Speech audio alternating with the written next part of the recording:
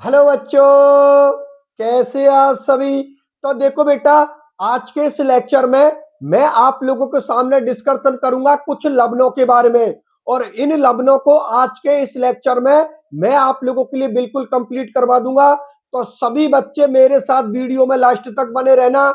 जैसे ही मेरा lecture complete होगा वैसे ही ये टॉपिक आप लोगों के बहुत अच्छी तरीका से समझ में आ जाएगा।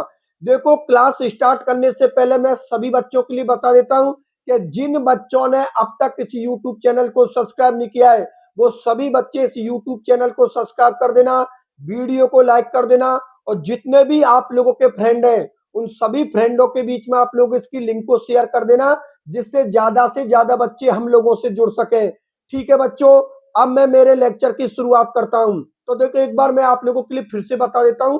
हम लोगों के सिलेबस में कुछ लवण दे रखे हैं, तो उन लवणों को मुझे आप लोगों के लिए क्लियर करवाना है। ठीक है ना। आज के इस लेक्चर में उन लवणों को इतनी बढ़िया तरीका से क्लियर करवाऊंगा कि फिर दोबारा इस टॉपिक में आप लोगों को कभी भी प्रॉब्लम नहीं होगी। ये टॉपिक आप लोगों का बहुत अच्छी तरीका से क्लियर हो जाएगा। ठीक है ना। तो सबसे पहले हम थोड़ा बेसिक लेते हैं, और बेसिक लेने के लिए मैंने यहाँ पर हेडिंग डाली है उप सह संयोजन रसायन, मतलब कोऑर्डिनेशन केमिस्ट्री, जिसका हम लोग डिस्कशन कर चुके हैं। देखो भाई, इसे जो चैप्टर का नाम है ना वो उप सहसंयोजक यौगिक की है, मतलब उप सहसंयोजक रसायन है, जिसको हम इंग्लिश में कोऑर्डिनेशन केमिस्ट्री के नाम से जानते हैं। इसकी डेफिनेशन क्या है? इसकी डेफिनेशन ये है कि रसायन विज्ञान की वैशाखा जिसके अंतर्गत संकुल यौगिकों के स्थायित्व, बंध की प्रकृति आदि चीजों का हम अध्ययन करते हैं, उसको हम क्या बोलते हैं? उप सहसंयोजक रसायन। इंग्लिश में इसको हम क्या बोलते हैं? Coordination chemistry. इधर देखो बोर्ड की तरफ एक बार फिर से बता देता हूं बच्चों। हेडिंग है आप लोगों की उप सहसंयोजक रसायन, इंग्लिश में इसको हम कोऑर्डिनेशन केमिस्ट्री कहते हैं। ठीक है ना। डेफिनेशन क्या है कि रसायन विज्ञान की वैशाखा जिसके अंतर्गत संकुल यौगिकों के स्थायित्व। भाई आप लोगों को पता है कि जितने भी संकुल यौगिक है वो सभी स्थायी है, और इसको एक्सप्लेन कौन करती है? आप लोगों की कोऑर्डिनेशन केमिस्ट्री एक्सप्लेन करती है। ठीक है ना। बंध की प्रकृति, भाई बंध की प्रकृति को एक्सप्लेन करने के लिए अलग अलग सिद्धांत दिए गए थे, जैसे कि हम लोगों के सिलेबस में बीबीटी दे रखी है, सीएफटी दे रखी है। इन सभी का अध्ययन बच्चों हम लोग किसमें करते हैं? कोऑर्डिनेशन केमिस्ट्री में करते हैं। आदि का अध्ययन किया जाता है, उसे हम क्या बोलते हैं? उप सहसंयोजक रसायन कहते हैं। ठीक है ना। जिसका हम लोग डिस्कशन कर चुके हैं। मैं फिर बता देता हूं आप लोगों के लिए कि जितनी भी चीजें मैंने आप लोगों को पढ़ाई है, लिखाई है, वो सबके सब हम लोगों ने किस में पढ़ी है? इसी कोऑर्डिनेशन केमिस्ट्री में पढ़ी है। अब सुनो ध्यान से कि अब लवणों की बात की जाएगी। तो यहां पर लिखा है कि अकार्बनिक यौगिकों को निम्न दो भागों में विभाजित किया जा सकता है। भाई जो इनऑर्गेनिक कंपाउंड है उनको हम दो भागों में विभाजित कर सकते हैं। ठीक है ना। एक तो हम साधारण लवण में विभाजित कर सकते हैं, और एक हम उनको योगात्मक लवण में विभाजित कर सकते हैं। ये योगात्मक लवण भी दो प्रकार के होते हैं। एक तो होते हैं आप लोगों के दिक् लवण, और एक होते हैं आप लोगों के संकुल लवण। इन संकुल लवणों को हम उप सहसंयोजक यौगिक भी बोलते हैं और संकुल यौगिक भी बोलते हैं। एक बार मैं आप लोगों के लिए फिर से बता देता हूं। देखो बच्चों, ये जो कोऑर्डिनेशन केमिस्ट्री है ना, इसको हम इनऑर्गेनिक केमिस्ट्री में अर्थात अकार्बनिक रसायन विज्ञान में पढ़ते हैं।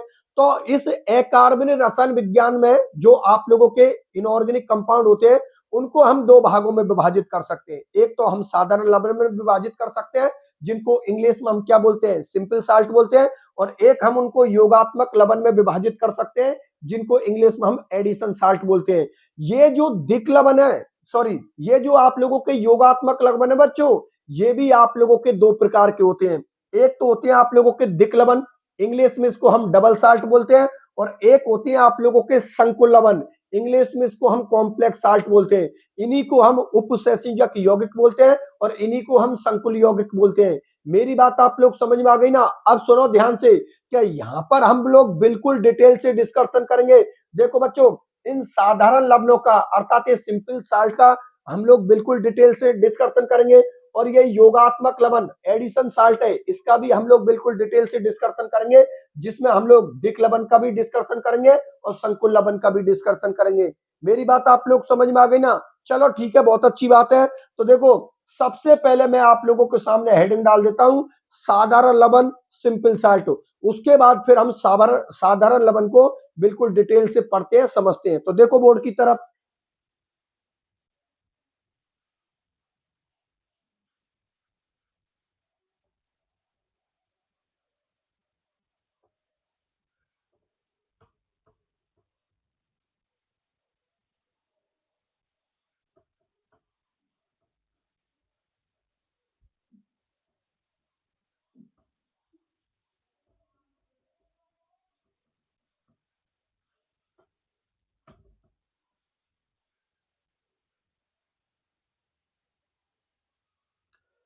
देखो बच्चों, मैंने यहां पर आप लोगों के लिए पहली हेडिंग डाल दी और इस पहली हेडिंग का नाम है साधारण लवण। इंग्लिश में इसको हम क्या बोलते हैं? Simple salt.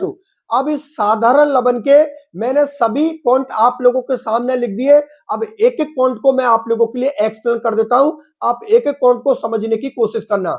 देखो बच्चों, नाम से ही पता चल रहा है साधारण लवण मतलब सिंपल साल्ट, और इसका हमारे दैनिक जीवन में सबसे बेस्ट एग्जांपल होता है नमक का। हम अच्छी तरीका से जानते हैं कि नमक का फॉर्मूला क्या होता है, NaCl।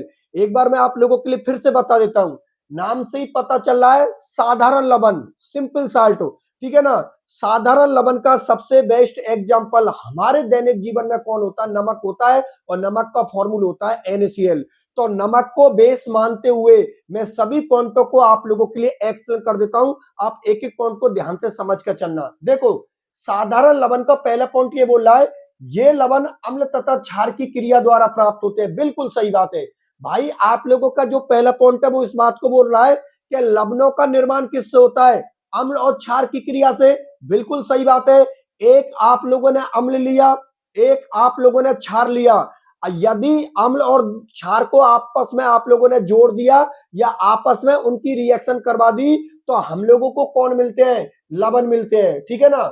हम लोगों को कौन मिलते हैं? लवण मिलते हैं। कौन से लवण मिलते हैं? साधारण लवण मिलते हैं। बात आप लोग समझ में आ गई ना, कि यदि हम अम्ल की रिएक्शन किसी क्षार के साथ करवा दें या अम्ल और क्षार दोनों को आपस में जोड़ दें, तो प्रोडक्ट के रूप में हम लोगों को लवण प्राप्त होते हैं। कौन से लवण प्राप्त होते हैं? साधारण लवण।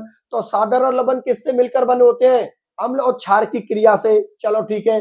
दूसरा पॉइंट आप लोगों का ये बोल रहा है कि इनके सूत्र में एक प्रकार के धनायन तथा एक प्रकार के ऋणायन उपस्थित रहते हैं। इसका मतलब ये निकला बच्चों कि इनका जो फॉर्मूला होता है ना, जो केमिकल फॉर्मूला होता है, उसमें जितने प्लस होते हैं उतने ही माइनस होते हैं। मतलब ऐसा नहीं होता कि प्लस ज्यादा हो गए माइनस ज्यादा हो गए, ऐसा नहीं होता। इनके फॉर्मूले के अंदर जितने प्लस होते हैं उतने ही माइनस होते हैं। एग्जाम्पल के तौर पर मैंने यहां पर ले लिया NaCl। एग्जाम्पल के तौर पर बच्चों मैंने किसके ले लिया? NaCl। तो आप लोग अच्छी तरीका से जानते हो NaCl किस में टूटता है? Na प्लस में और Cl माइनस में। अरे भाई, नमक का फॉर्मूला क्या होता है? NaCl होता है, और NaCl किस में टूटता है? Na प्लस में और Cl माइनस में। तो देखो, यहाँ पर पॉजिटिव कितना है आप लोगों का? एक, और नेगेटिव कितना है आप लोगों का? एक। मतलब जितने पॉजिटिव चार्ज होंगे उतने ही आप लोगों के नेगेटिव चार्ज होंगे। ये साधारण लवणों की एक पहचान होती है, ठीक है ना। दोबारा से देख लो कि इनके सूत्र में एक प्रकार के धनायन तथा एक प्रकार के ऋणायन उपस्थित होते हैं। जितने धनायन होंगे उतने ही आप लोगों को क्या होंगे? ऋणायन होंगे, ठीक है।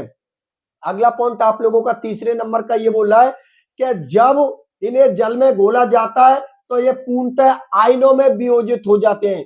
वियोजित का मतलब होता है जब इनको आप लोग जल में डालोगे तो ये आयनों में वियोजित अर्थात आयनों में टूट जाते हैं, ठीक है ना। अर्थात ये जलीय विलयन में अपनी पहचान को खो देते हैं। बिल्कुल सही बात है। देखो बच्चों, आप लोग अच्छी तरीका से जानते हो कि जैसे कि हमारे हाथ में अगर जल है, मतलब मेरे हाथ में कोई बीकर है, और या आप लोग इस तरीका से मान लो, ठीक है ना, दैनिक जीवन के आधार पर एक एग्जांपल लेता हूं।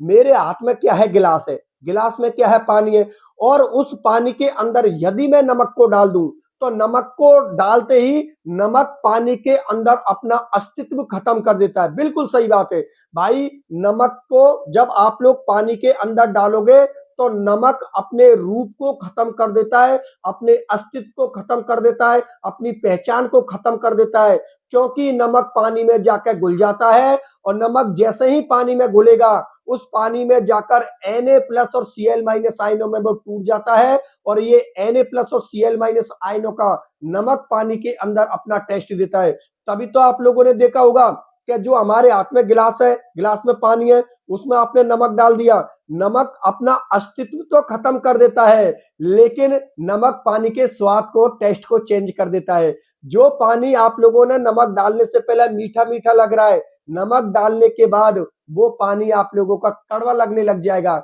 इसका मतलब ये हुआ कि नमक के जो Na प्लस और Cl माइनस है ना, उन्होंने पानी में जाकर अपना टेस्ट दे दिया, ठीक है ना। किस में दे दिया? Na प्लस और Cl माइनस में।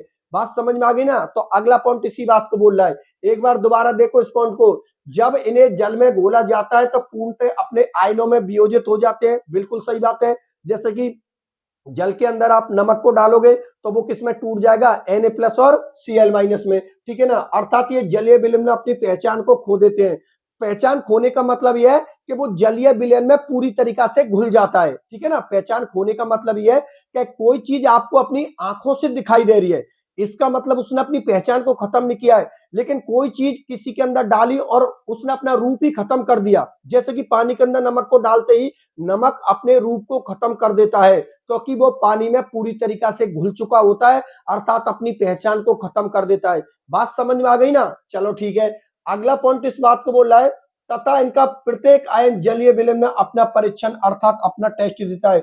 बिल्कुल सही बात है। अभी मैंने आप लोगों के लिए एक्सप्लेन किया था कि जब नमक को आप लोग पानी में डालोगे तो नमक पानी के अंदर अपना अस्तित्व खत्म कर देता है, क्योंकि नमक पानी के अंदर Na+ और Cl- आयन में टूट जाता है, और ये Na+ और Cl- आयन पानी में जाकर अपना टेस्ट देते हैं और मीठे पानी को नमक कड़वा कर देता है, अर्थात पानी के टेस्ट को चेंज कर देता है। वो टेस्ट पानी का किसकी वजह से आ रहा है, Na+ और Cl- की वजह से। बात मेरी आप लोग समझ में आ गई ना, क्योंकि NaCl पानी में जाकर किस में टूट गया, Na+ और Cl- में, ठीक है ना। इसके बहुत सारे एग्जाम्पल ले रखे। अपना बेस्ट एग्जाम्पल NaCl हो गया, KCl हो गया, Na2CO3 हो गया, ठीक है ना, Na2SO4 हो गया, K2SO4 हो गया। आप लोगों का सभी के अंदर आप लोग देखो प्लस माइनस एक प्रकार के धनायन है और एक प्रकार के ऋणायन है, ठीक है ना। जितने प्लस है उतने ही आप लोगों के क्या है, माइनस। और धनायन ये नहीं कि कोई दूसरा आ गया, एक ही धनायन है। जैसे कि यहाँ पर Na+ ही है और कोई सा दूसरा धनायन नहीं है। यहाँ पर Cl- है, मतलब ऐसे नहीं कि कोई दूसरा धनायन आ गए, भाई Na+ तो यही है, इसके साथ माना कि पोटेशियम और आ गए, ऐसा कहीं पर नहीं है। देखो इसके में एक प्रकार के धनायन और एक प्रकार के ऋणायन। धनायन कौन है आप लोगों के, Na+, ऋणायन कौन है, Cl-। कोई तीसरे की एंट्री नहीं हो रही है। बात समझ में आ गई ना। एक प्रकार के धनायन एक प्रकार के ऋणायन। यहां पर देखो एक प्रकार के धनायन एक प्रकार के ऋणायन। धनायन कौन है, पोटेशियम, ऋणायन कौन है आप लोगों का, क्लोरीन, ठीक है ना। तो यहाँ पर इस पर कौन सा होगा, पॉजिटिव चार्ज, इस पर कौन सा, नेगेटिव चार्ज। यहाँ पर देखो धनायन आप लोगों को कौन है, सोडियम, और यहाँ पर CO3-2 जो ऋणायन है वो कौन है आप लोगों का, कार्बोनेट, ठीक है ना। तो यहाँ पर देखो CO3-2, आप लोगों को पता CO3 पे कौन सा चार्ज होता है, -2 चार्ज होता है। और यहाँ पर सोडियम, एक सोडियम पर एक पॉजिटिव होता है, तो दो सोडियम पर कितने पॉजिटिव होती है, दो पॉजिटिव। बात समझ में आ गई ना। तो जितने प्रकार के आप लोगों के धनायन है उतने प्रकार के ऋणायन है, और एक ही प्रकार के धनायन है और एक ही प्रकार के ऋणायन है। एक ही प्रकार के धनायन मतलब ये सोडियम है और ये आप लोगों का कार्बोनेट है। इसको देख लो आप लोग, यहाँ पर भी प्लस के दो, क्यों, क्योंकि एक सोडियम पर एक पॉजिटिव चार्ज है तो दो सोडियम पर दो पॉजिटिव चार्ज। और SO4 पे आप लोगों को पता -2 चार्ज होता है, अच्छी तरीका से जानते हो। यहाँ पर देखो एक पोटेशियम पे एक चार्ज, तो दो पोटेशियम पर दो चार्ज, और यहाँ पर इस पर कितना होगा, -2 चार्ज। बात समझ में आ गई ना। तो ये जो पॉइंट अभी मैंने आप लोगों के लिए एक्सप्लेन किया कि इनके सूत्र में एक प्रकार के धनायन तथा एक प्रकार के ऋणायन उपस्थित होते हैं, उसका मतलब यही है कि इनके फॉर्मूले में अगर कोई धनायन है तो वो एक ही धनायन है। जैसे कि NaCl में सोडियम ही है, कोई दूसरा धनायन नहीं है। और आप लोगों का ऋणायन कौन है, क्लोरीन ही है, कोई दूसरा ऋणायन नहीं है। बात समझ में आ गई ना मेरी, ठीक है ना। तो इस तरीका से ये साधारण लवण के कुछ पॉइंट है आप लोगों के, 4 पॉइंट है। मैं NaCl को भी आप लोगों के सामने शो कर देता हूं। अभी मैंने आप लोगों से क्या बात बोली है कि ये आप लोगों का कौन है, NaCl, ठीक है ना। इस NaCl को जब आप जलीय विलयन में घोलते हो, जलीय विलयन में, जलीय विलयन में घोलने पर आप लोगों ने क्या किया, नमक को लिया, नमक को किस में डाल दिया, पानी में। जैसे ही नमक पानी में जाएगा तो वो Na+ और Cl- आयनों में टूट जाएगा, अर्थात नमक पानी में जाकर Na+ और Cl- आयनों का टेस्ट देता है। बात समझ में आ गई ना। और ये जो साधारण लवण है ये पानी में पूरी तरीका से घुलते हैं, आंशिक रूप से नहीं, पूरी तरीका से घुल जाते हैं। नमक पानी के अंदर अपनी पहचान को पूरी तरीका से खत्म कर देता है, अपने अस्तित्व को पूरी तरीका से खत्म कर देता है, लेकिन अपना टेस्ट जरूर देता है। और टेस्ट किसके रूप में देता है, Na+ और Cl- के रूप में। इसलिए मीठे पानी को नमक डालने के बाद वो पानी आप लोगों का क्या हो जाता है, कड़वा हो जाता है। अर्थात तो नमक मीठे पानी को क्या कर देता है, कड़वा कर देता है। किसके किसके टेस्ट के रूप में, Na+ और Cl- आयन के टेस्ट के रूप में। बात समझ में आ गई। चलो ठीक है, बहुत अच्छी बात है बच्चों। तो देखो बच्चों, ये तो होता है आप लोगों का साधारण लवण कंप्लीट। अब मैं जो दूसरी हेडिंग ले रहा हूं वो ले रहा हूं मैं योगात्मक लवण की। तो ठीक है, योगात्मक लवण को भी आप लोगों के लिए एक्सप्लेन कर देता हूं, आप लोग बने रहिए वीडियो में। ठीक है ना, इसको मिटा देता हूं और योगात्मक लवण हेडिंग डाल देता हूं।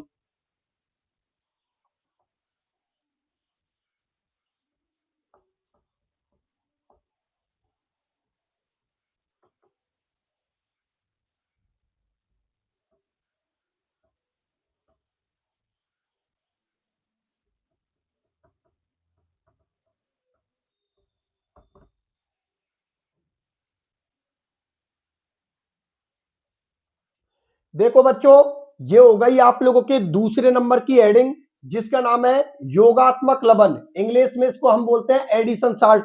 तो देखो, सबसे पहले तो हम योगात्मक लवण के नाम पर ही जाते हैं। देखो, कभी कभी क्या होता है, नाम ही डेफिनेशन को क्लियर कर देती है। इसके नाम में क्या लिख रहा है, योगात्मक। योगात्मक का मतलब होता है किसी चीज को जोड़ना। ठीक है ना, बात किसकी हो रही है, लवणों की हो रही है।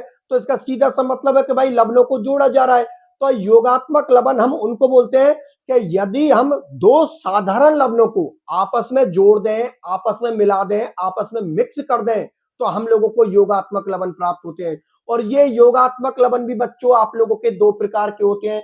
एक तो होते हैं आप लोगों के दिक् लवण, जिनको इंग्लिश में हम डबल साल्ट बोलते हैं, और एक होते हैं आप लोगों के संकुल लवण, जिसके बारे में आप अच्छी तरीका से जानते हो।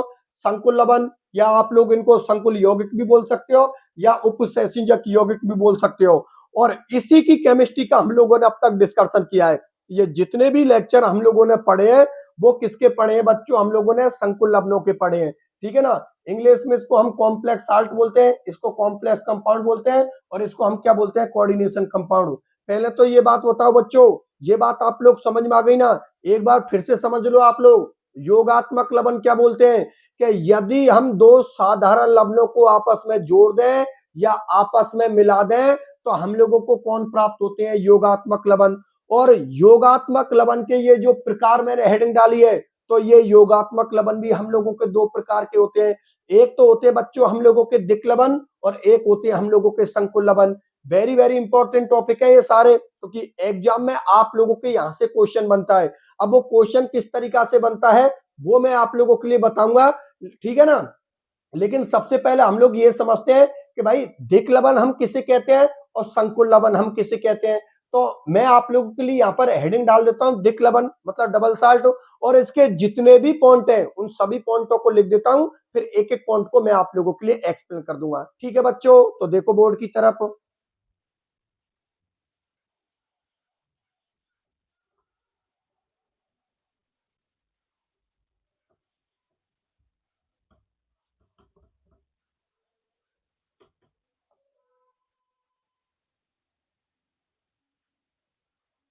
देखो बच्चों, ये आप लोगों की पहले नंबर की हेडिंग हो गई दिक् लवण।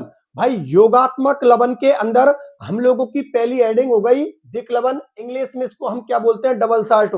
अब इस दिक् लवण के एक एक पॉइंट को भी मैं आप लोगों के लिए एक्सप्लेन कर देता हूं।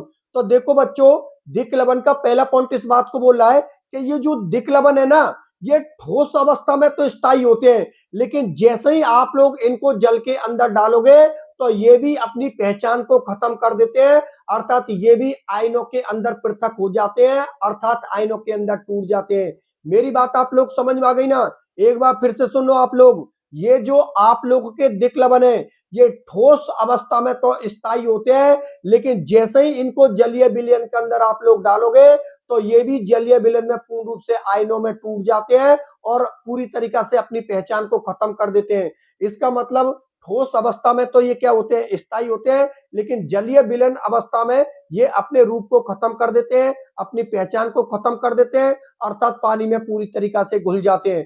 तो ये आप लोगों की डेफिनेशन इसी बात को बोल रही है कि बे योगात्मक यौगिक जो ठोस अवस्था में स्थायी होते हैं, मैंने क्या बोली, ये ठोस अवस्था में तो बच्चों क्या होते हैं, स्थायी होते हैं, लेकिन जलीय विलयन अवस्था में मतलब पानी के अंदर ये पूर्ण रूप से आयनों में क्या होते हैं, पृथक हो जाते हैं। इन्हीं को हम लोग क्या बोलते हैं, दिक् लवण बोलते हैं। पानी के अंदर जैसे ही आप लोग इनको डालोगे, तो ये आयनों में पूरी तरीका से टूट जाते हैं और ये पानी में पूरी तरीका से घुल जाते हैं, अर्थात पानी के अंदर ही अपनी पूरी तरीका से पहचान को खत्म कर देते हैं। इन्हीं को हम लोग क्या बोलते हैं, दिक् लवण बोलते हैं। अगला पॉइंट बच्चों वेरी वेरी इंपॉर्टेंट है, ये पॉइंट इसको पूरी तरीका से एक्सप्लेन करेगा, ध्यान से समझना।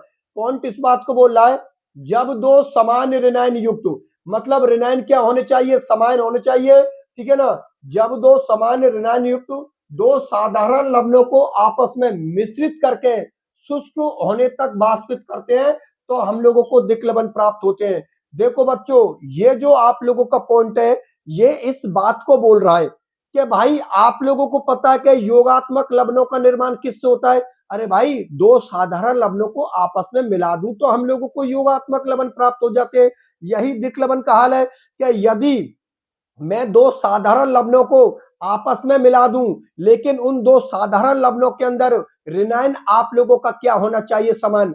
चाहे धनायन आप लोगों का डिफरेंट हो सकता है लेकिन उन दोनों साधारण लवणों के अंदर ऋणायन बच्चों क्या होना चाहिए, समान।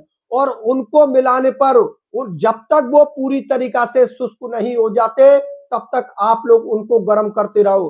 पूरी तरीका से शुष्क हो जाएंगे उन्हीं को बच्चों हम लोग क्या बोलेंगे, दिक् लवण। बात समझ में आ गई ना। और इसका सबसे बेस्ट एग्जांपल आप लोगों के सामने ले लेता हूं, पोटास एलम फिटकरी। फिटकरी का फॉर्मूला बच्चों हम सभी अच्छी तरीका से जानते हैं, इसको हम पोटास एलम बोलते हैं लेकिन सामान्य बोलचाल की भाषा में इसको हम क्या बोलते हैं, फिटकरी बोलते हैं। इस एक एग्जाम्पल के आधार पर इस पूरे टॉपिक को मैं आप लोगों के लिए एक्सप्लेन कर देता हूं। तो यहां पर एग्जाम्पल ले रहा हूं और बोर्ड की तरफ देखो आप लोग। देखो बच्चों, एग्जाम्पल के तौर पर मैंने आप लोगों के सामने ले लिया पोटास एलम, ठीक है ना। मैंने ले लिया आप लोगों के लिए पोटास एलम। पोटास एलम साधारण बोलचाल की भाषा में बच्चों हम लोग इसको फिटकरी बोलते हैं। क्या बोलते हैं हम लोग, फिटकरी बोलते हैं। और इसका जो फॉर्मूला होता है वो होता है बच्चों K2SO4, K2SO4 डॉट Al2SO4 का whole thrice dot choice H2O। मतलब पानी के कितने मॉलिक्यूल्स है इसमें, 24। जल के कितने अणु है, 24। ये बच्चों आप लोगों को हो गया, ये हो गया पोटेशियम सल्फेट, पोटेशियम सल्फेट। ये हो गया बच्चों आप लोगों का एल्यूमिनियम सल्फेट, एल्यूमिनियम सल्फेट। और ये 24 जल के अणु हो गए बच्चों आप लोगों के, ये हो गए 24 जल के क्रिस्टलीय अणु, 24 जल के क्रिस्टलीय अणु, क्रिस्टलीय अणु। अब देखो ध्यान से समझना, मैंने आप लोगों से क्या बात बोली है, इस पॉइंट को समझो। सबसे पहले पॉइंट क्या बोल रहा है, जब दो समान ऋणायन युक्त। यहां पर देखो बच्चों, मैंने दिक् लवण का एक एग्जांपल लिया है और एक एग्जांपल हम लोगों का बेस्ट कौन सा है, पोटास एलम। साधारण बोलचाल की भाषा में इसको हम लोग फिटकरी बोलते हैं। तो पोटास एलम के अंदर क्या हुआ, एक साधारण लवण तो आप लोगों का कौन हो गया, पोटेशियम सल्फेट। और एक साधारण लवण आप लोगों को क्या हो गया, एल्यूमिनियम सल्फेट, ठीक है ना। और इसके फॉर्मूले में 24 वाटर के क्रिस्टलीय अणु है। तो मैंने क्या किया, एक साधारण लवण पोटेशियम सल्फेट को लिया, एक साधारण लवण मैंने एल्यूमिनियम सल्फेट को लिया, इनको मैंने आपस में मिला दिया। और इनको आपस में मिलाने के बाद इनको मैंने जब तक गर्म किया है, जब तक वाष्पित किया है, जब तक ये पूरी तरीका से शुष्क नहीं हो जाते। और पूरी तरीका से शुष्क होने के बाद जो हम लोगों को लवण प्राप्त होते हैं उन्हीं लवण को बच्चों हम लोग क्या बोलते हैं, दिक् लवण। बात समझ में आ गई ना। अब इसकी डेफिनेशन पर जाइए आप लोग, ठीक है ना। मतलब दूसरे पॉइंट पर जाइए। पॉइंट क्या बोल रहा है दूसरा, जब सामान्य ऋणायन युक्त दो साधारण लवणों को आपस में मिश्रित करके, भाई देखो यहां पर चाहे धनायन आप लोगों का बच्चों डिफरेंट हो सकता है। इधर देखो, इधर आप लोगों को कौन है, पोटेशियम, इधर कौन है आप लोगों का, एल्यूमिनियम। धनायन दोनों साधारण लवणों में आप लोगों का डिफरेंट अलग हो सकता है लेकिन बच्चों ऋणायन आप लोगों का समान होना चाहिए। इधर भी देखो सल्फेट है और इधर भी देखो सल्फेट है। इसलिए एक बात बच्चों याद रखना कि जब भी आप लोग दिक् लवण बनाओगे तो दिक् लवण बनाने के लिए दो साधारण लवणों की आप लोगों को जरूरत पड़ेगी। तो उन साधारण लवणों के अंदर ऋणायन आप लोगों का समान होना चाहिए। धनायन चाहे आप लोगों का अलग हो सकता है लेकिन जो दो साधारण लवणों को आपस में जोड़ने के लिए ला रहे हो उसकी पहली कंडीशन यही होती है बच्चों कि दोनों के अंदर ऋणायन कॉमन होना चाहिए। कॉमन मतलब ऋणायन समान होना चाहिए। मैंने एक साधारण लवण पोटेशियम सल्फेट को लिया, एक साधारण लवण मैंने एल्यूमिनियम सल्फेट को लिया, 24 मैंने वाटर के क्रिस्टलीय अणु लिए, इन सबको मैंने मिला दिया, ठीक है ना। मिला दिया, कंडीशन क्या हुई क्या यहाँ पर आप लोगों का धनायन कौन है? पोटेशियम। इधर आप लोगों के इस साधारण लवण में धनायन कौन है? आप लोगों का एल्यूमिनियम। तो धनायन चाहे आप लोगों का डिफरेंट है, लेकिन देखो बच्चों, दिक लवण के जितने भी एग्जाम्पल है, अभी मैं आप लोगों के लिए टेबल बनाऊंगा, उसमें सारे एग्जाम्पल आ जाएंगे आप लोगों के, ठीक है ना। दिक लवण के अंदर आप लोग देखिए, इस दिक लवण में ऋणायन बच्चों आप लोगों का समान होना चाहिए। बात समझ में आ गई ना? ये साधारण लवण, ये साधारण लवण, धनायन अलग हो सकता है, लेकिन ऋणायन आप लोगों का बच्चों समान होना चाहिए, ठीक है ना। और इसके फॉर्मूले 24 क्रिस्टलीय वाटर के अणु होते हैं। अब देखो, जैसे ही आप लोग फिटकरी को पानी के अंदर डालते हो, देखो आप लोग अच्छी तरीका से जानते हो, पानी के अंदर यदि हम नमक को डाल दें तो नमक भी पानी के अंदर घुल जाता है। यदि हम फिटकरी को पानी के अंदर डाल दें तो आप लोगों को पता, फिटकरी भी पानी के अंदर घुल जाती है। इसका सीधा सा मतलब ये हुआ कि जो दिक लवण होते हैं वो भी पानी में पूरी तरीका से घुल जाते हैं, पानी में पूरी तरीका से उनके आयन क्या हो जाते हैं? पृथक हो। और पानी में जाने के बाद ये जो आप लोगों का फिटकरी अर्थात पोटास एलम है, ये पानी के अंदर किस किस का परीक्षण देगा बच्चों? एक तो देगा K+ का, अरे सही है, एक किसका देगा? Al+3 का, और एक बच्चों देगा SO4-2 का, ठीक है ना। क्योंकि एक तो इधर से किसका देगा? ये पोटेशियम का K+ का। अरे भाई, पानी के अंदर अगर ये घुलेगा तो एक तो किसमें टूटेगा? K+ में टूटेगा, एक किसमें टूटेगा? Al+3 में। और SO4, जो SO4 है, ये तो दोनों में कॉमन है, दोनों में समान है, ठीक है ना। तो ये किसका परीक्षण देगा? SO4-2 का। बात समझ में आ गई ना? इसलिए पोटास एलम फिटकरी पानी के अंदर किस किस का परीक्षण देता है, किस किस का टेस्ट देता है बच्चों? K+ का टेस्ट देता है, Al+3 का टेस्ट देता है, और SO4-2 का टेस्ट देता है। इसका सीधा सा मतलब ये निकला कि जो दिक लवण होते हैं वो ठोस अवस्था में तो स्थायी होते हैं, लेकिन जलीय विलयन अवस्था में ये पूरी तरीका से अपनी पहचान को खत्म कर देते हैं और ये आयनों में टूट जाते हैं, अर्थात आयनों में पृथक हो जाते हैं। बात समझ में आ गई ना? अब देखो, अब इसकी डेफिनेशन को दोबारा से देखो। डेफिनेशन ये बोल रही है कि वे योगात्मक योग जो ठोस अवस्था में तो स्थायी होते हैं, लेकिन जलीय विलयन अवस्था में पूर्ण रूप से आयनों में पृथक हो जाते हैं। उन्हीं को बच्चों हम लोग क्या बोलते हैं? दिक लवण। दिक लवण मिलते कैसे हैं? दिक लवण हम लोगों को प्राप्त कैसे होते हैं? उसके लिए आप लोग दूसरे पॉइंट पर आइए। दूसरा पॉइंट क्या बोल रहा है? जब समान ऋणायन, मतलब जो दो साधारण लवणों को आपस में जोड़ रहे हो ना, उसके अंदर बच्चों ऋणायन आप लोगों का क्या होना चाहिए? समान। ऋणायन आप लोगों का क्या होना चाहिए? समान। तो देखो, जब समान ऋणायन युक्त दो साधारण लवणों को आपस में मिश्रित करके, मतलब आपस में जोड़कर शुष्क होने तक, आपस में जोड़ने के बाद इनको जब तक गर्म करना है, जब तक वाष्पित करना है बच्चों, जब तक कि वो पूरी तरीका से शुष्क नहीं हो जाते। और शुष्क होने के बाद जो लवण प्राप्त होता है, बस वही लवण आप लोगों को बच्चों दिक लवण होता है, ठीक है ना। तो मिश्रित करके शुष्क होने तक वाष्पित करते हैं। शुष्क होने तक वाष्पित करते हैं, मतलब जब तक शुष्क नहीं हो जाता तब तक उसको वाष्पित करते रहते हैं, तब तक उसको गर्म करते रहते हैं, ठीक है ना। तो हम लोगों को क्या प्राप्त होते हैं? दिक लवण प्राप्त होते हैं। बात आप लोगों को समझ में आ गई? चलो ठीक है, ये पहला पॉइंट आप लोगों का क्लियर, ये भी पॉइंट आप लोगों को क्लियर। अगला देखो बच्चों, देखो बच्चों, आप लोग अच्छी तरीका से जानते हो, नाम ही क्या है? साधारण लवण। साधारण लवण किस में टूटता है? अरे भाई, आयनों में टूटता है, प्लस और माइनस में टूटता है। और प्लस और माइनस यदि कोई टूट रहा है तो इसका मतलब वो कौन से होते हैं? आयनिक यौगिक होते हैं, ठीक है ना। तो इनमें आयनिक यौगिकों के गुण भी होते हैं। तो अगला पॉइंट ये बोल रहा है, दोनों आयनिक यौगिकों में ऋणायन आप लोगों का क्या होना चाहिए? समान। देखो, इनमें आयनिक यौगिकों के गुण होने होते हैं। भाई, ये भी आप लोगों का साधारण लवण है, ये भी आप लोगों को साधारण लवण है, ठीक है ना। इसमें भी आयनिक यौगिकों के गुण होते हैं, इसमें भी आयनिक यौगिकों के गुण होते हैं, ठीक है ना। और पॉइंट क्या बोल रहा है कि दोनों आयनिक यौगिकों के अंदर ऋणायन क्या होना चाहिए? समान। अभी आप लोगों के लिए एक्सप्लेन किया है। अगला पॉइंट ये इसी बात को बोल रहा है, दोनों आयनिक यौगिकों में ऋणायन क्या होना चाहिए? समान होना चाहिए। तो बिल्कुल, धनायन चाहे हमारा अलग है, लेकिन बच्चों ऋणायन हम लोगों का समान है। इस साधारण लवण में ऋणायन हम लोगों को कौन है? सल्फेट। और इस साधारण लवण में भी ऋणायन हम लोगों को कौन है? सल्फेट।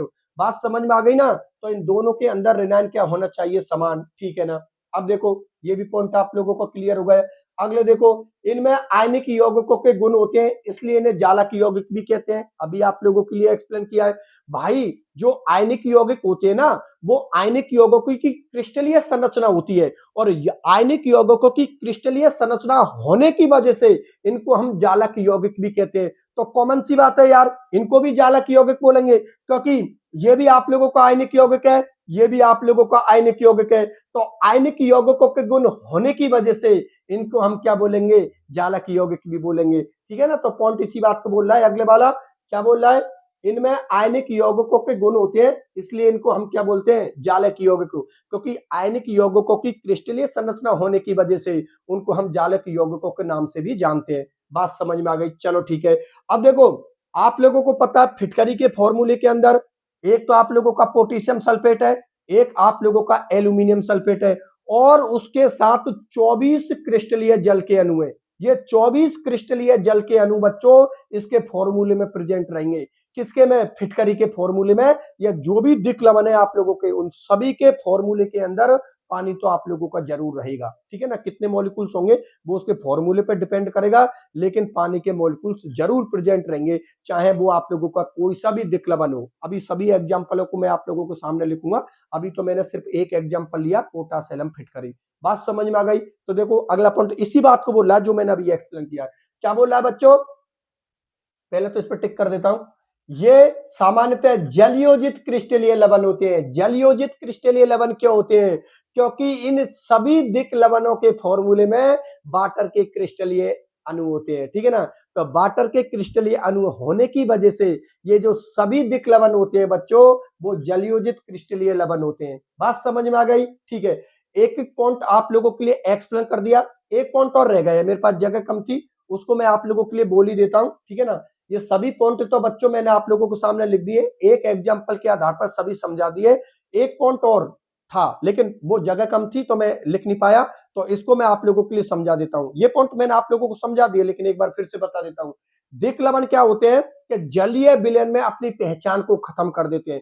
जिस तरीका से साधारण लवण होते हैं ना, वो भी जलीय विलयन में अपनी पहचान को खत्म कर देते हैं, उसी तरीका से ये आप लोगों के दिक् लवण होते हैं, ये भी बच्चों जलीय विलयन में अपनी पहचान को खत्म कर देते हैं, क्योंकि ये भी आयनों में टूट जाते हैं। ये आप लोगों का अगला पॉइंट था, जो आप लोगों को नोट्सों में देखने को मिल जाएगा।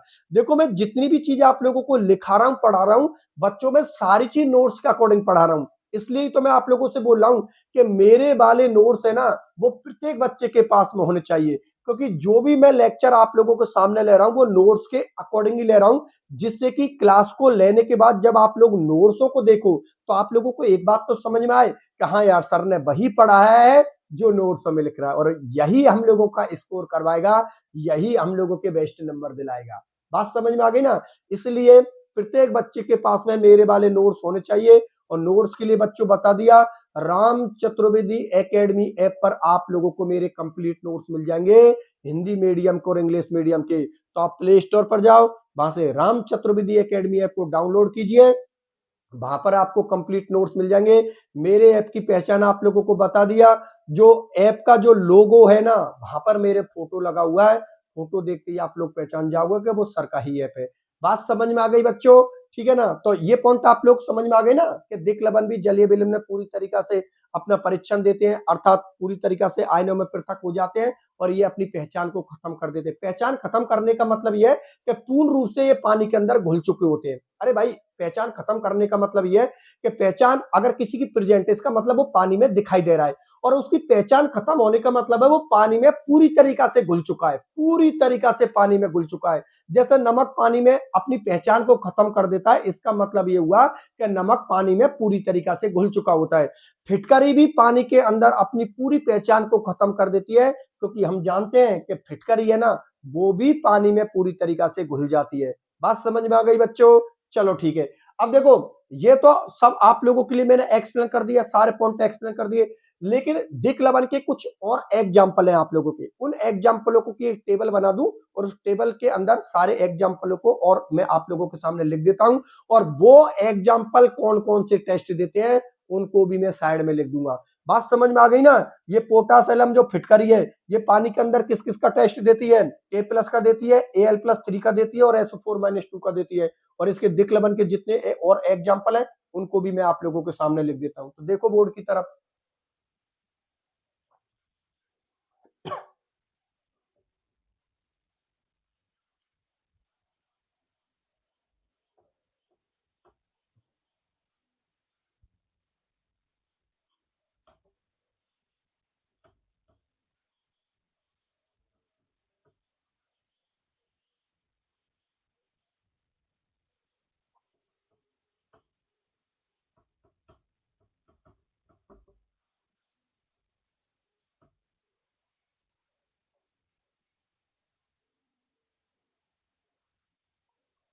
देखो बच्चों बोर्ड की तरफ, यहां पर मैंने दिक् लवण के आप लोगों के सामने 4 एग्जाम्पल लिए हैं।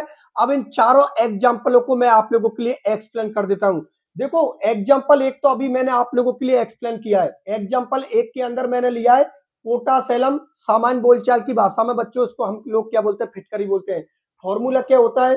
K2SO4 डॉट Al2SO4 को whole three dot choice H2O। इसमें आप लोगों के दो साधारण लवण है। एक साधारण लवण आप लोगों को कौन हो गया? Potassium sulphate. एक साधारण लवण आप लोगों को क्या हो गया? Aluminium sulphate. और इसके अंदर 24 क्रिस्टलीय जल के अणु होते हैं, ठीक है ना।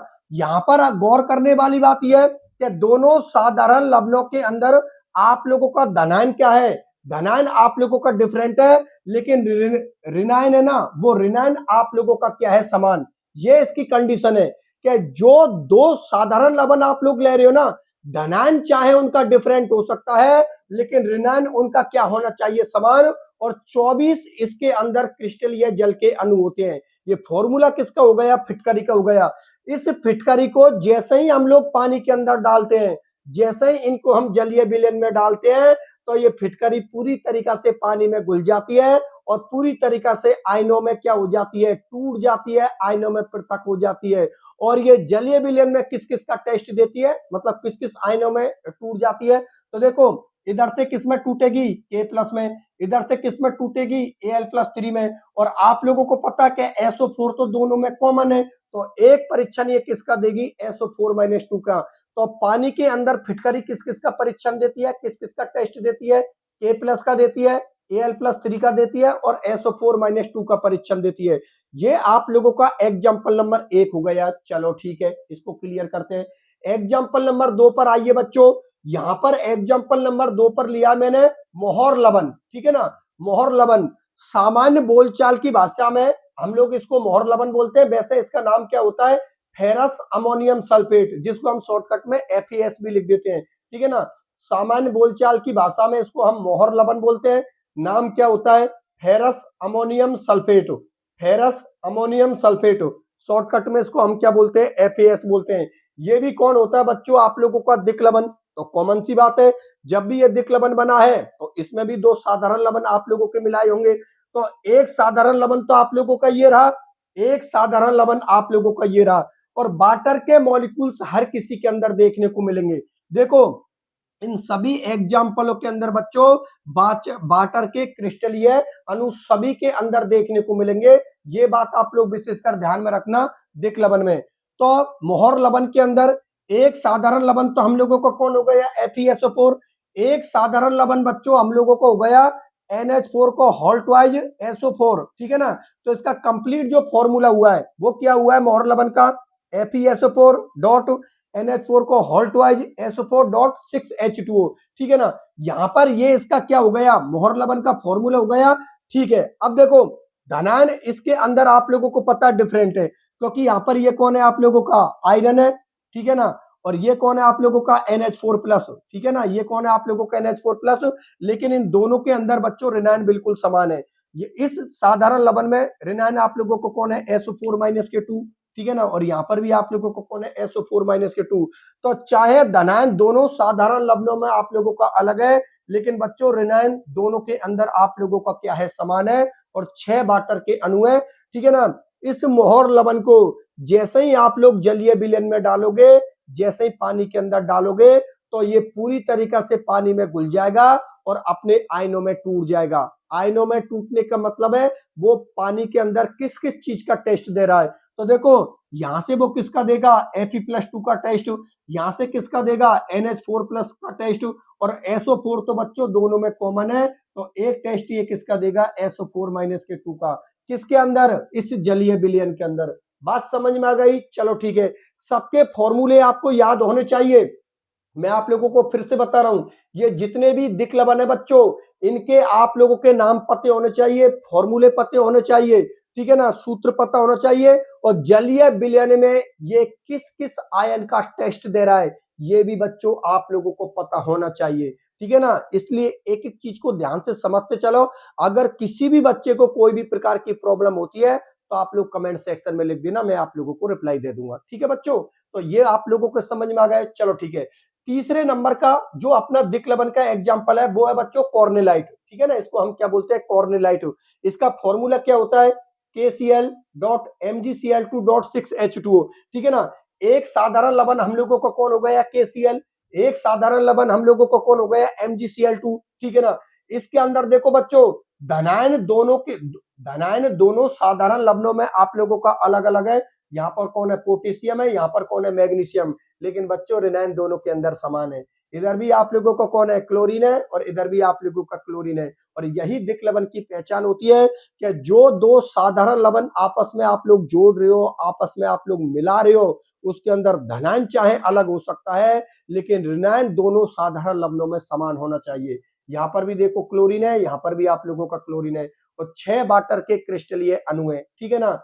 तो जैसे ही आप लोग कॉर्नेलाइट को पानी के अंदर डालोगे, जलीय विलयन के अंदर डालोगे, तो ये भी पानी में पूरी तरीका से घुल जाता है, ठीक है ना, पानी में पूरी तरीका से वियोजित हो जाता है। और पानी में घुलने के बाद ये किस किस का टेस्ट देता है, एक तो देता है बच्चों यहां से तो किसका देगा भाई, यहां से किसका देगा K+ का, यहां से किसका देगा Mg+2 का, और Cl तो दोनों के अंदर कॉमन है, तो ये एक परीक्षण किसका देगा बच्चों, Cl- का, ठीक है ना, एक परीक्षण या टेस्ट किसका देगा, Cl- का। चलो ठीक है। अब जो चौथे नंबर का बच्चों आप लोगों का दिक लबन का जो एग्जाम्पल है वो है क्रोम एलम, ठीक है ना, इसका नाम क्या है, क्रोम एलम। गौर से देखिए यहां पर सिर्फ आप लोगों को यहां पर पोटास एलम जो फिटकरी का फॉर्मूला है और क्रोम एलम का फॉर्मूला है, उसमें सिर्फ एक ही चीज का डिफरेंट है, ठीक है ना। यहां पर कौन है, पोटास एलम फिटकरी के फॉर्मूले में यहां पर कौन है आप लोगों का एल्यूमिनियम, और यहां पर कौन आ जाता है क्रोमियम, बाकी का बिल्कुल डिट्टो फॉर्मूला दोनों का। क्रोम एलम का फॉर्मूला होता है K2SO4 डॉट Cr2SO4 का whole thrice dot choice H2O, यही फॉर्मूला पोटास एलम फिटकरी का होता है। देखो ये बिल्कुल सेम है, पोटास एलम फिटकरी और क्रोम एलम का फॉर्मूला देखो देखो ये बिल्कुल समान है। यहां पर कुछ नहीं किया, बस इस एल्यूमिनियम की जगह पर कौन सी मेटल आई है आप लोगों की, क्रोमियम मेटल आई है। बाकी की देखो SO4 का होल थ्राइज, यहाँ पर भी SO4 का होल थ्राइज, यहाँ पर भी 24 वाटर के क्रिस्टलीय अणु है, और यहाँ भी 24 वाटर के क्रिस्टलीय अणु है। बात समझ में आ गई ना, दोनों के फॉर्मूले एक जैसे हैं, बस एक मेटल का डिफरेंट है। पोटास एलम फिटकरी में यहाँ पर एल्यूमिनियम है, और क्रोम एलम में आप लोगों को कौन है, क्रोमियम है। बात समझ में आ गई। तो जब क्रोम एलम को आप पानी के अंदर डालोगे, जलीय विलयन के अंदर डालोगे, तो ये भी पानी में पूरी तरीका से घुल जाता है, और ये पानी के अंदर किस किस का टेस्ट देता है, एक तो K+ का देता है भाई, यहां से तो किसका देगा, K+ का देगा, यहां से किसका देगा, Cr+3 का देगा, और SO4 बच्चों दोनों के अंदर कॉमन है, तो यहां पर ये किसका देगा, SO4-2 के। बात समझ में आ गई ना। इसलिए याद रखना कि जो दिक लबन होते हैं, वो जो दिक लबन होते हैं, और दिक लबन प्राप्त किस तरीका से होंगे कि दो साधारण लवणों को आपस में जोड़ोगे और उनको जब तक गर्म करोगे बच्चों, जब तक कि वो पूरी तरीका से शुष्क नहीं हो जाता, और शुष्क होने पर जो चीज प्राप्त होती है वो अपना दिक लबन होता है। पानी के अंदर ये पूरी तरीका से घुल जाते हैं और अपने आयनों के अंदर टेस्ट देते हैं, अर्थात पानी में अपनी पहचान को खत्म कर देते हैं, ठीक है ना। 4 एग्जाम्पल आप लोगों के सामने लिए, ठीक है ना, ये उनके नाम हो गए, ये उनके फॉर्मूले हो गए, और पानी के अंदर वो किस किस चीज का टेस्ट देते हैं वो भी मैंने आप लोगों के सामने लिख दिया। प्रत्येक बच्चे को ये सारे चारों एग्जाम्पल क्लियर होने चाहिए, ठीक है बच्चों। चलो ठीक है, इसी के साथ बच्चों आप लोगों का ये दिक लबन भी कंप्लीट होता है, ठीक है। अब मैं जो इसकी दूसरे नंबर की हेडिंग ले रहा हूं, भाई योगात्मक लवण दो प्रकार के थे, एक तो कौन था दिक् लवण और एक कौन था संकुल लवण। अब जो दूसरे नंबर की हेडिंग ले लेता हूं वो है बच्चों हम लोगों की संकुल लवण। तो देखो उसको भी एक्सप्लेन कर देता हूं मैं आप लोगों के लिए।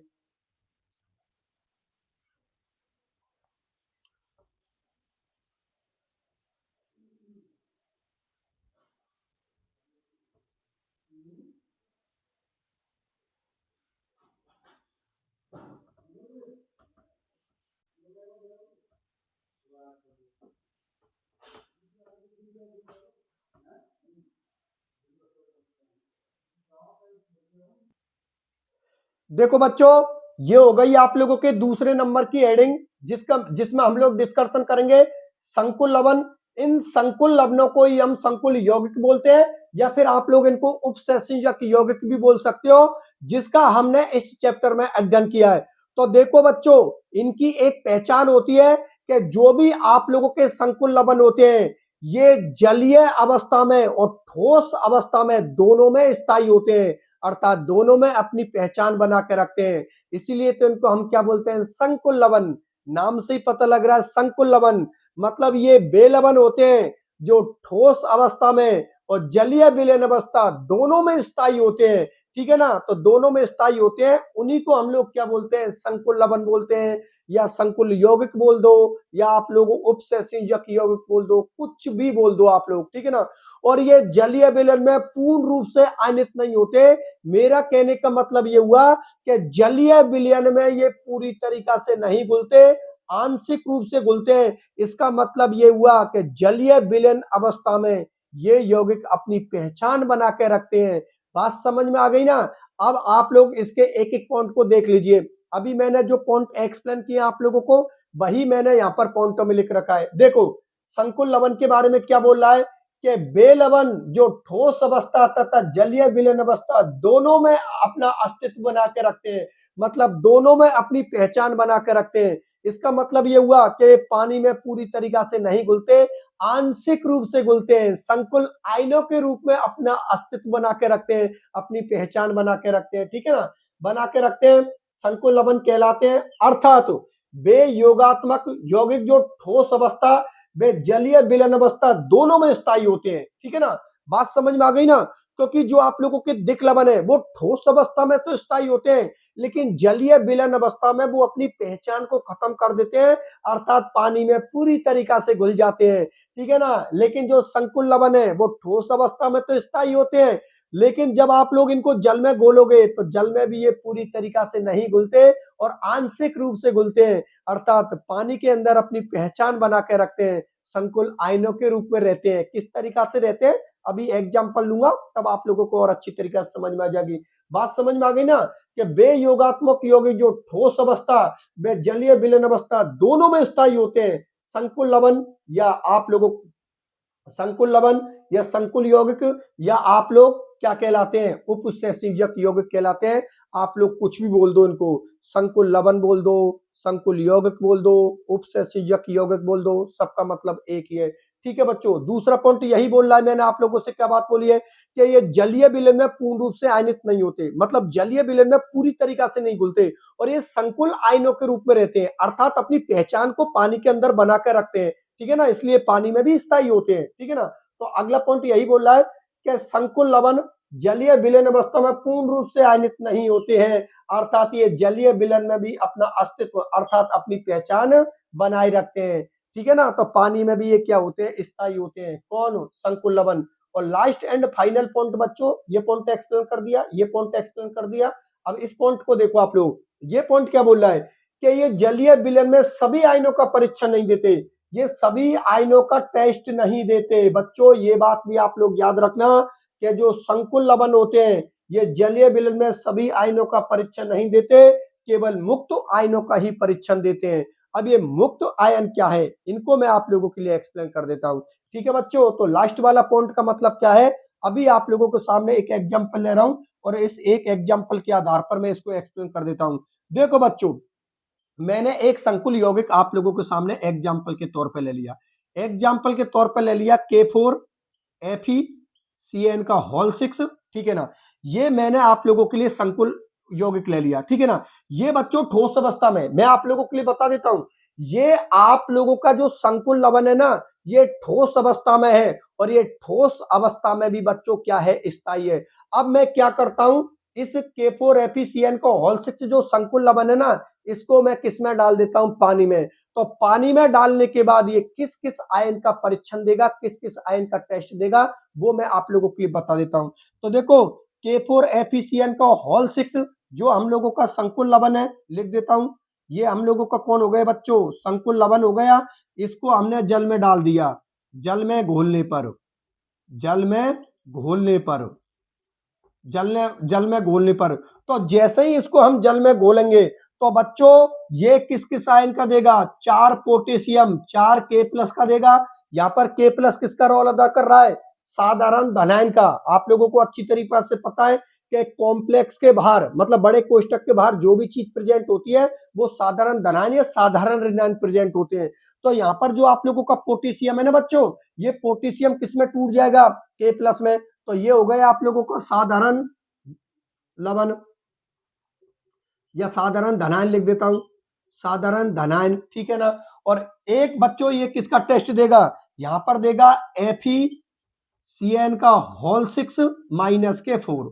बात समझ में आ गई ना। और ये हो गए बच्चों आप लोगों का संकुल ऋणायन।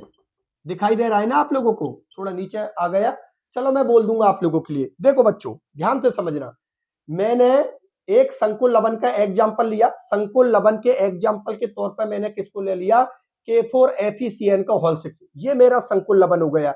ये बच्चों किस अवस्था में, ठोस अवस्था में। ठोस अवस्था में ये स्थायी है, क्योंकि उसकी डेफिनेशन ये बोली है कि ठोस अवस्था में भी ये स्थायी होते हैं।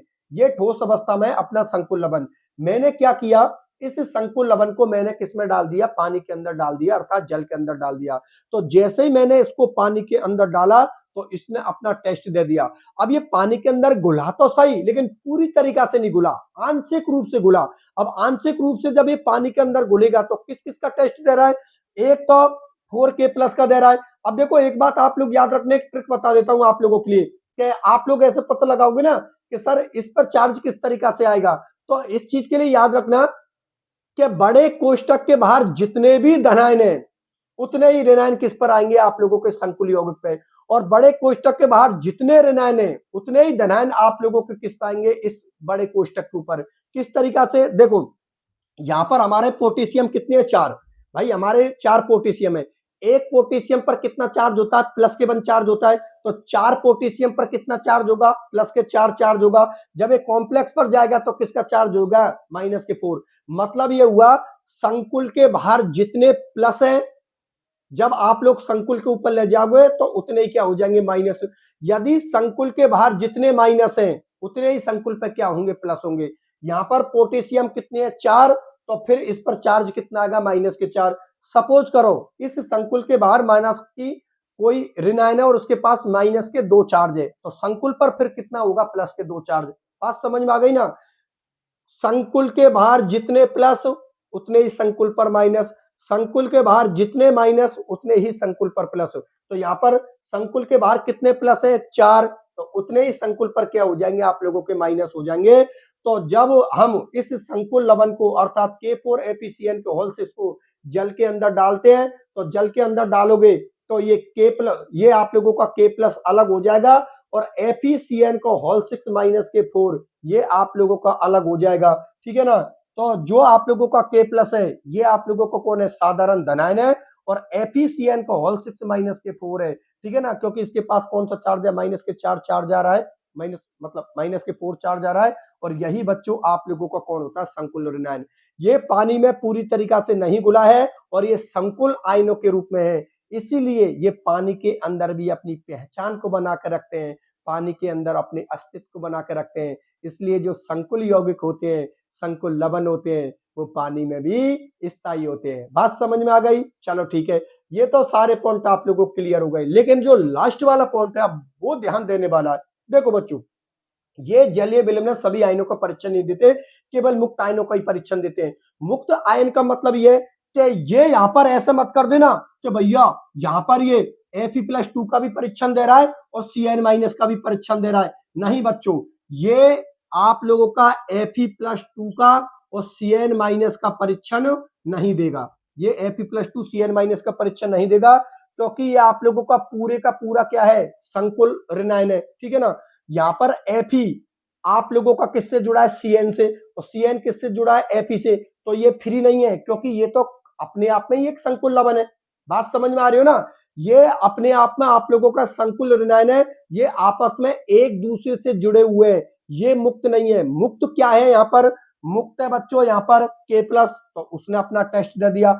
और मुक्त क्या है, यहाँ पर FeCN का होल 6 - K4, ये भी मुक्त है, तो इसने भी अपना टेस्ट दे दिया। लेकिन याद रखना, ये यहाँ पर Fe+2 का टेस्ट नहीं देगा, ठीक है ना, ये यहाँ पर Fe+2 का टेस्ट नहीं देगा, और ये यहाँ पर Cn- का भी टेस्ट नहीं देगा। क्यों? क्योंकि ये दोनों संकुल आयनों के रूप में एक दूसरे से जुड़े हुए हैं, अर्थात ये मुक्त नहीं है। बात समझ में आ गई ना। अरे भैया, आप लोग अच्छी तरीका से जानते हो कि जो संकुल होता है उसमें जो मेटल होती है वो किससे जुड़ी होती है, लिगेंडों से जुड़ी हुई है। तो ये तो आपस में एक दूसरे से जुड़े हुए हैं, अर्थात यहाँ पर ना तो Fe+2 आप लोगों का फ्री है, और ना ही आप लोगों का Cn- आप लोगों का फ्री है। इसलिए ये यहाँ पर Fe+2 और Cn- आयनों का परीक्षण नहीं देगा, क्योंकि ये मुक्त अवस्था में नहीं है, आपस में एक दूसरे से जुड़े हुए हैं, ठीक है ना। तो एक दूसरे से जुड़े हुए हैं तो ये टेस्ट नहीं देंगे, ठीक है ना। ये केवल मुक्त आयनों का ही टेस्ट देंगे, और मुक्त दो ही हुए थे, एक तो हमारा साधारण धनायन मुक्त हुआ था, और एक हम लोगों का संकुल पूरे के पूरा ऋणायन मुक्त हुआ था। तो एक टेस्ट तो पोटेशियम ने दे दिया, और एक टेस्ट इस संकुल ऋणायन ने दे दिया। बात समझ में आ गई, ठीक है। अब देखो कुछ और एग्जाम्पल और ले लेता हूं, इसको और बोर्ड पे ऊपर लिख दूंगा अभी, और अच्छी तरीका से समझ में आ जाएगा। इसी एग्जाम्पल को अभी मैं बोर्ड पर लिख दूंगा, ठीक है ना। मैं पहले इंक डाल देता हूं, ठीक है ना। इंक डालने के बाद एक दो एग्जाम्पल और लेते हैं, फिर ये टॉपिक अपना कंप्लीट हो जाएगा। तो देख लो आप लोग,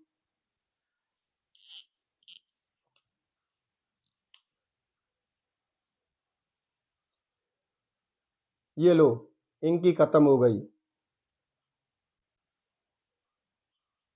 देखो 3 एग्जाम्पल है, अभी मैं आप लोगों को करवाता हूं। इंक ही खत्म हो गई यार। इंक कल लानी पड़ेगी, आज आप लोगों की ये इंक खत्म। तो ये जो मार्कर के अंदर जितनी भी इंक है बच्चों, अब इसी से काम चलाएंगे हम। आज का जुगाड़ इसी से करना पड़ेगा हम लोगों को। कल मैं इंक ले आऊंगा, फिर इससे लेंगे हम, ठीक है ना। तो आज का जुगाड़ इसी से करते हैं। अभी इसमें थोड़ी बहुत इंक है, तो उससे अपने एग्जाम्पल क्लियर हो जाएंगे, ठीक है ना। तो मैं आप लोगों के सामने उन एग्जाम्पल को ले लेता हूँ। देखो बोर्ड की तरफ,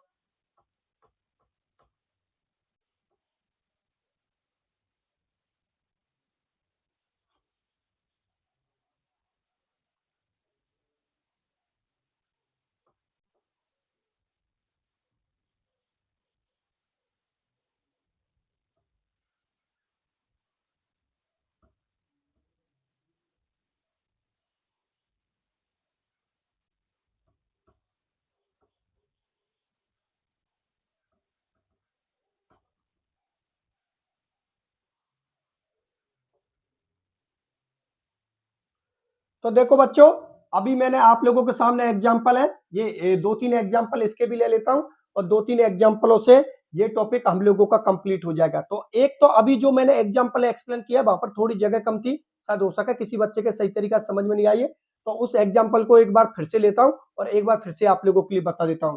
देखो बच्चों, संकुल लवण के तौर पर मैंने यहाँ पर किसको लिया है, K4 FeCN का होल 6, ठीक है ना, K4 FeCN का होल 6, ठीक है ना। इसको मैं क्या कर रहा हूं, जल में घोल रहा हूं, जल में घोलने पर, जल में घोलने पर। अब देखो, ये आप लोगों को कौन है, संकुल लवण कौन सी अवस्था में बच्चों, ये ठोस अवस्था में।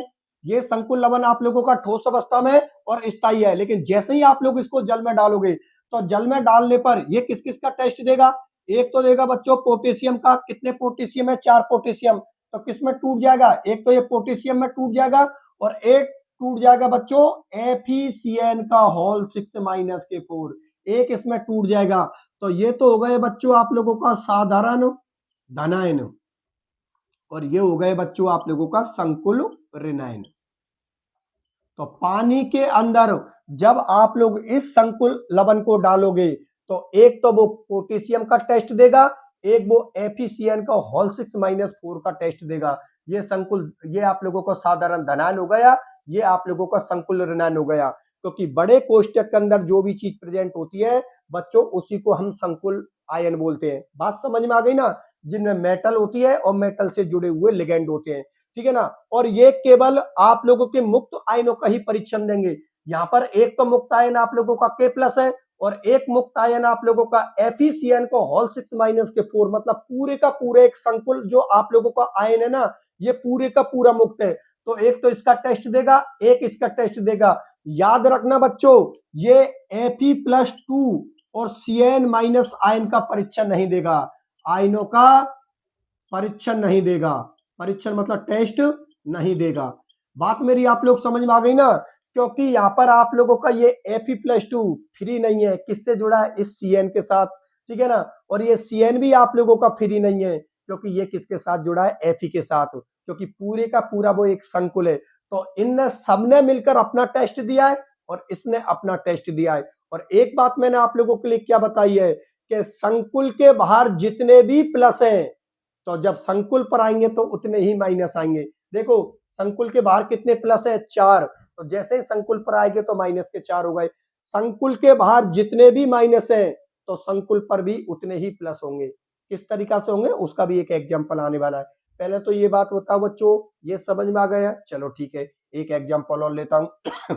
देखो अगला एग्जांपल हो गया K3 FeCN का होल 6, ठीक है ना। अब ये भी आप लोगों का संकुल लवण हो गया, ठीक है ना। संकुल लवण मतलब आप लोगों का संकुल यौगिक हो गया। मैं क्या करूं, उसको जल में डाल दूं, जल में घोलने पर जल में घोलने पर जैसे ही मैंने इसको जल में डाला बच्चों, तो ये आप लोगों का पोटेशियम में अलग हो गया और ये आप लोगों का FeCN का होल 6 माइनस के 3, क्योंकि बाहर कितने प्लस हैं, प्लस के 3, तो संकुल पर उतने ही क्या होंगे, माइनस होंगे। देखो बच्चों बाहर कितने प्लस हैं आप लोगों के 3, तो संकुल पर उतने ही आप लोगों के -3 होंगे, ठीक है ना। दोनों बैलेंस बराबर करके रखना है। अब देखो ये संकुल लवण हुआ, ये ठोस अवस्था में और स्थायी है। जैसे मैंने जल के अंदर डाला तो जल के अंदर डालने पर ये पानी के अंदर घुल तो जाएगा, लेकिन पूरी तरीका से नहीं घुलेगा, आंशिक रूप से घुलेगा, अर्थात पानी में अपनी पहचान बनाकर रखेगा। इसलिए ठोस अवस्था में भी स्थायी होता है और ये विलयन अवस्था अर्थात जलीय अवस्था के अंदर भी ये स्थायी होता है। बात समझ में आ गई? ये हो गया आप लोगों का साधारण धनायन और ये हो गया बच्चों आप लोगों का संकुल ऋणायन। मैं लिख देता हूं, ये हो गया आप लोगों का साधारण धनायन और ये हो गया बच्चों आप लोगों का संकुल ऋणायन, संकुल ऋणायन। तो जैसे ही आप लोग इसको पानी के अंदर डालोगे तो ये एक तो ये पोटेशियम मतलब K+ का टेस्ट देगा और एक FeCN का होल 6 माइनस के 3, मतलब पूरे का पूरा संकुल आयन आप लोगों का टेस्ट देगा, ठीक है ना। ये दोनों आयनों का टेस्ट देगा। ये धनायन हो गया, ये ऋणायन हो गया। याद रखना बच्चों, ये Fe+3 का टेस्ट नहीं देगा और Cn- आयन का टेस्ट नहीं देगा। ये बात आप लोगों को याद रखनी है। चलो ठीक है, एक एग्जाम्पल और ले लेते हैं फिर इसको खत्म करते हैं। एक एग्जाम्पल के तौर पर मैं ले लेता हूं यहां पर Cu, मैंने एक एग्जाम्पल ले लिया बच्चों, NH3 का होल 4 और यहां पर लिख देता हूं SO4। अब देखो ये वही आप लोगों का क्या हो गया, संकुल लवण हो गया।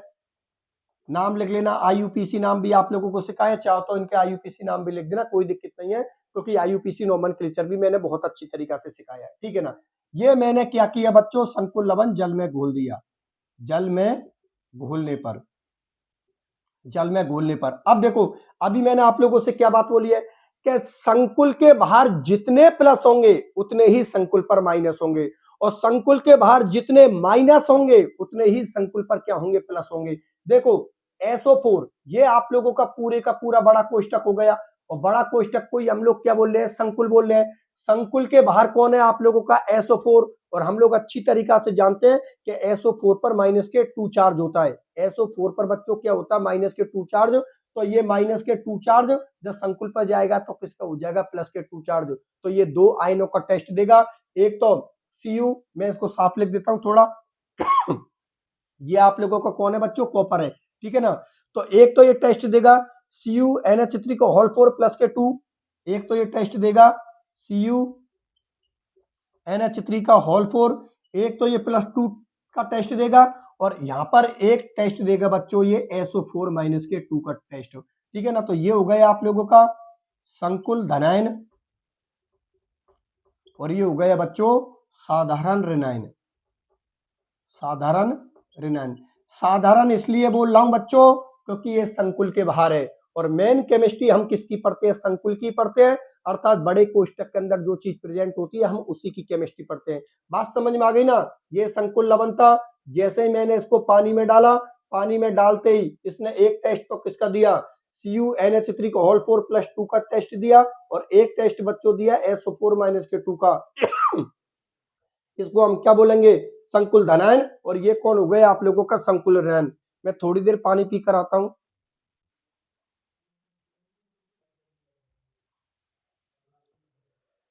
देखो बच्चों ये आप लोगों के समझ में आ गए ना। अरे देखो जब लंबा वीडियो बनता है ना तो क्लास लेते लेते गला पूरी तरीका से सूख जाता है। ठीक है ना, तो वो कोई डिस्टरबेंस नहीं है। आप लोग तो टॉपिक पर ध्यान रखो और वो आप लोगों के समझ में आनी चाहिए। देखो ये जो हम लोगों का अगला संकुल लवण था ये आप लोगों को समझ में आ गई ना। ये ठोस अवस्था में आप लोगों का जल में घोलने पर ये किस किस का टेस्ट देगा, एक तो देगा CuNH3 का होल 4 + 2 का टेस्ट देगा और एक टेस्ट किसका देगा, SO4 माइनस 2 का टेस्ट। बात समझ में आ गई ना बच्चों। और इसी के साथ बच्चों आज का ये लेक्चर आप लोगों का कंप्लीट हो गया। आज का लेक्चर आप लोगों का बहुत इंपॉर्टेंट था। आज का लेक्चर बच्चों आप लोगों को मेरा कैसा लगा ये कमेंट सेक्शन में लिख के आप लोग मुझे जरूर बताना। अब देखो शॉर्टकट में आप लोग इस तरीका से ध्यान में रख लेना, पूरी डिटेल मैंने आप लोगों को समझा दी। आप लोग नोट्सों के अंदर किस तरीका से मैंने इनका मैटर लिख रखा है, यहां से एक बार आप लोग क्लास लेना और क्लास को लेने के बाद बच्चों एक बार आप नोट्सों को पढ़ के देख लेना। ये टॉपिक इस तरीका से क्लियर होगा कि दोबारा आप लोग कभी नहीं भूलोगे। पहले क्लास लीजिए, क्लास बढ़िया तरीका से समझ में आ जाए, उसके बाद एक बार आप लोग नोट्सों को पढ़ के देख लेना। ये टॉपिक आप लोगों को बहुत अच्छी तरीका से समझ में आ जाएगा। कुछ नहीं है आज के लेक्चर में हमने लवणों के बारे में डिस्कशन किया है और हमने 3 लवणों के बारे में डिस्कशन किया है। एक तो हमने साधारण लवण के बारे में डिस्कशन किया है, एक हमने दिक् लवण के बारे में डिस्कशन किया है और एक हमने संकुल लवण के बारे में डिस्कशन किया है। साधारण लवण में बच्चों हम लोगों ने क्या पढ़ा कि इनका निर्माण किससे होगा, भाई साधारण लवण का निर्माण किससे होगा, अम्ल की क्षार से क्रिया करा दे, अर्थात अम्ल और क्षार की आपस में रिएक्शन करा दे तो हम लोगों को साधारण लवण प्राप्त होते हैं। और ये साधारण लवण जलीय विलयन में पूरी तरीका से घुल जाते हैं। बेस्ट एग्जांपल के तौर पर हम लोगों ने नमक का लिया था, अर्थात NaCl का लिया था। दिक् लवण में हमने क्या पढ़ा था कि जो दिक् लवण है ना वो ठोस अवस्था में तो स्थायी होते हैं लेकिन जलीय विलयन अवस्था में ये अपने आयनों में टूट जाते हैं, अर्थात पानी में अपनी पहचान को खत्म कर देते हैं और पानी में पूरी तरीका से घुल जाते हैं। बेस्ट एग्जांपल हमने इसका किसका लिया, साधारण बोलचाल की भाषा में हम क्या बोलते हैं, फिटकरी, पोटास एलम। ठीक है ना, तो उस एग्जाम्पल को याद रख लेना। और संकुल लवण तो अपना फेवरेट है ही है, इसमें कोई दिक्कत नहीं है। ये संकुल लवण बच्चों ठोस अवस्था और जलीय विलयन अवस्था दोनों में स्थायी होते हैं। बात समझ में आ गई ना। तो जो दोनों में स्थायी होते हैं उनको हम क्या बोलते हैं, संकुल लवण बोलते हैं। ठीक है, किसी भी बच्चे को कोई भी प्रकार की दिक्कत नहीं होनी चाहिए, कोई भी प्रकार की प्रॉब्लम नहीं होनी चाहिए। अगर किसी भी बच्चे को कोई प्रॉब्लम होती है तो वो कमेंट सेक्शन में लिख देना बच्चों, मैं आप लोगों को रिप्लाई दे दूंगा। और एक बात याद रखना कि जिन बच्चों ने अब तक इस YouTube चैनल को सब्सक्राइब नहीं किया है वो बच्चों यार प्लीज इस YouTube चैनल को जरूर सब्सक्राइब कर देना। आप लोगों को पता है आपका लेक्चर लेने के लिए मुझे कितनी मेहनत करनी पड़ती है। आप लोगों को रातों को जाग जाग कर मैं आप लोगों के लेक्चर खुद बनाकर तैयार करता हूं, फिर खुद नोट्स बनाकर तैयार करता हूं, फिर आप लोगों का मैं लेक्चर लेता हूं। यहाँ पर देखते हो आप लोग नॉन स्टॉप क्लासेस चलती है, खांसी उठ रही होती है, इंक खत्म हो जाती है, लेकिन फिर भी आप लोगों के लिए हम लोग मेहनत करते हैं कि चलो आप लोगों का कुछ भला हो जाए। तो आप लोगों की तरफ से अगर कुछ रेस्पॉन्स मिलेगा मुझे तो एक कॉन्फिडेंस है ना, वो कॉन्फिडेंस लेवल बहुत ज्यादा हाई हो जाएगा। ठीक है ना, तो उसका बेनिफिट आप लोगों को मिलेगा कि मैं और भी बेहतर तरीका से आप लोगों के लिए क्लासेस लूंगा। ठीक है ना, वैसे तो मैं मेरी तरफ से 100% क्लासों के अंदर देता हूँ, 100% अपने नोट्सों में देता हूँ। इसलिए बच्चों जो बच्चे मेरे से पढ़ के जा चुके हैं और जो बच्चे मेरे से पढ़ रहे हैं उनका आप लोग रिजल्ट देखो, इतना शानदार रिजल्ट रहता है बच्चों का, बहुत अच्छा। उसका रीजन ये है कि क्लासों में अपनी पूरी जान लगा देता हूं और नोट्सों में भी अपनी पूरी जान लगा देता हूं।